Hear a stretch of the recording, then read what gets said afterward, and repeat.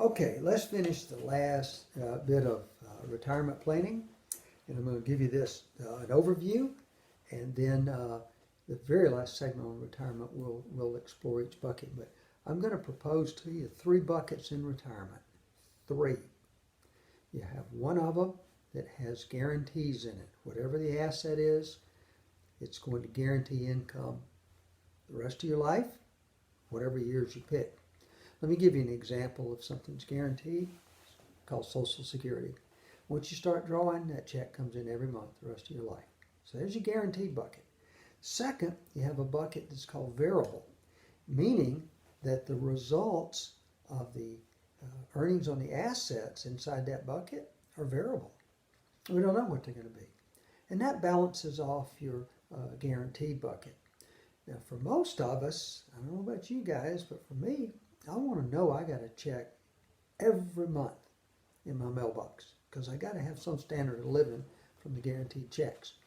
The variable checks add some plus on there.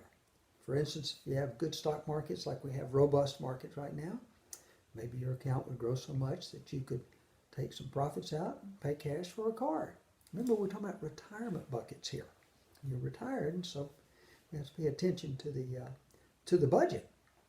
But then on the other side, if the markets are real bad, whatever your investment is in the variable, and we'll talk about that next time, it may be that you shouldn't touch it at all because you'd have losses. And this is a big problem with American investing and retirement planning, is that people have so much in variable that they can't get a proper paycheck without really destroying their asset base. Another subject. And then you have a third bucket. I refer to it as safe zone. It's money that a lot of us have that we're really never going to touch it. It's just there. We know it's there. It's an asset, but we're not going to dig into it. However, if we need extra income, we can tap into it. And so you'd put certain assets there that maybe they vary a little bit in their values, but you can count on them for what kind of interest, dividend, or capital gains you're going to get. And they're going to be fairly safe, not guaranteed, not variable, safe zone. And I'll tell you what kind of assets might fall into that.